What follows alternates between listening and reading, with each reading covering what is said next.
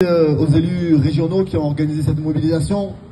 Ça a été par beaucoup d'entre nous, c'est une mobilisation d'intérêt national, c'est une mobilisation d'utilité publique, parce qu'aujourd'hui on est face à un service public de transport qui est dégradé, attaqué pour des logiques financières.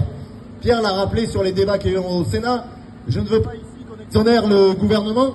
Nous avions gagné un amendement, par exemple, à l'Assemblée nationale pour mettre 3 milliards d'euros dans le ferroviaire et dans les infrastructures de transport, que le gouvernement a balayé avec un 49.3. Voilà aujourd'hui à quoi nous sommes confrontés quand nous parlons de transport public dans ce pays. Et je considère qu'il n'y a pas de crise ici de conducteurs, il n'y a pas de crise de salariés à la RATP dans les métiers du transport. Il y a une crise des salaires, il y a une crise aujourd'hui du pouvoir d'achat. Payons correctement les salariés, créons des conditions de travail qui soient dignes et acceptables. Nous aurons un service public de qualité avec un financement à la hauteur des enjeux. Alors évidemment, nous sommes ici pour nous opposer à cette hausse du pass Navigo qui est absolument scandaleuse, dans un moment où le pouvoir d'achat des salariés est attaqué, dans un moment où les salaires baissent, où le gouvernement refuse d'augmenter le SMIC, comme nous l'avons demandé, et c'est une mesure qui est aussi anti-écologique.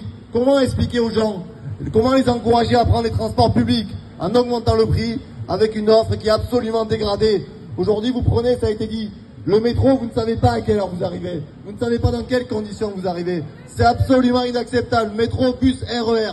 L'ensemble des services publics aujourd'hui sont attaqués.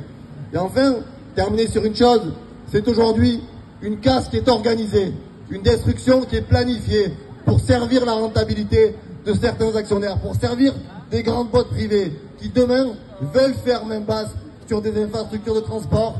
Alors oui, aujourd'hui, c'est une première étape, c'est une première bataille, parce que nous porterons ensemble l'exigence d'un grand service public de transport accessible à toutes et à tous, à une tarification sociale, parce qu'aujourd'hui c'est un bien commun, c'est le patrimoine de celles et ceux qui n'en ont pas, et jamais nous n'accepterons qu'il soit mis sur des logiques de rentabilité financière qui desservent les usagers et celles et ceux qui travaillent aujourd'hui, qui sont en première ligne et qui prennent en pleine gueule des conditions de travail qui sont absolument inacceptables.